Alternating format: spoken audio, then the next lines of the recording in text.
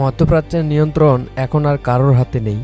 আকাশপথ থেকে শুরু করে মরুভূমি, সর্বত্রই এখন বারুদের রাজত্ব।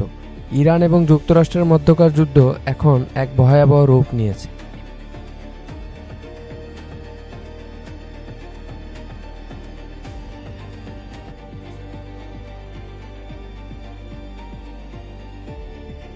একের পর এক মিসাইল হামলায় কাঁপছে সৌদি আরব সহ মিত্র দেশগুলোর ঘাঁটি।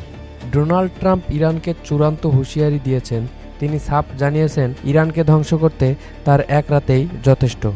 ট্রাম্পের দেওয়া ২০ ঘন্টার আল্টিমেটাম এখন শেষের পথে। হোয়াইট হাউস থেকে আসা প্রতিটি বার্তা এখন কেবল রক্তক্ষয়ী যুদ্ধের সংকেত দিচ্ছে। এদিকে আর বসে নেই তেহরান। সৌদি আরবের আকাশ তীরে নেমে আসছে ইরানের শত শত মিসাইল। একের পর এক মার্কিন ঘাঁটি ও সৌদির বিভিন্ন স্থাপনা লক্ষ্য করে হামলা চালানো হচ্ছে।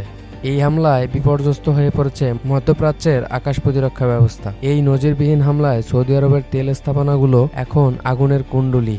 ইরান পরিষ্কার জানিয়ে দিয়েছে আকাশপথের এই লড়াই তারা থামাবে না। যুদ্ধের ময়দানে যুক্তরাষ্ট্রকে বড় মাশুল গুনতে হয়েছে। তাদের একজন পাইলটকে উদ্ধারের জন্য চালানো একটি গোপন অভিযানে বিশাল বিপর্যয় ঘটেছে। ওই পাইলটকে বাঁচাতে গিয়ে ট্রাম্প প্রশাসন হারিয়েছে প্রায় $1/2 বিলিয়ন অত্যাধুনিক সামরিক সরঞ্জাম। বেশ কয়েকটি মার্কিন যুদ্ধবিমান ইরানি ডিফেন্সের আঘাতে মাটিতে আছড়ে পড়েছে। এই বিপুল ক্ষয়ক্ষতি ট্রাম্পের যুদ্ধজয়ের আত্মবিশ্বাসকে বড় ধাক্কা দিয়েছে। কিন্তু ইরান কি দিয়ে এই মরণপণ লড়াই চালাচ্ছে? গোয়েন্দা তথ্য অনুযায়ী ইরানের হাতে এমন এক অস্ত্র রয়েছে যা পারমাণবিক বোমার চেয়েও বিধ্বংসী। এই অস্ত্র একবার সক্রিয় হলে গোটা বিশ্ব মানচিত্র থেকে মুছে যেতে পারে।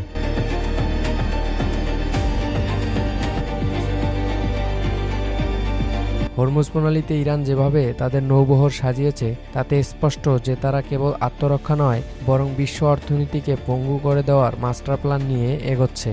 যুদ্ধের মোড় ঘুরিয়ে দিতে এবার রণাঙ্গনে প্রবেশ করেছে রাশিয়ার মিত্র চেচেন বাহিনী। রমজান কাদিরভের নেতৃত্বে হাজার হাজার রক্তপিপাসু চেচেন যোদ্ধা এখন ইরানের সীমান্ত অভিমুখে।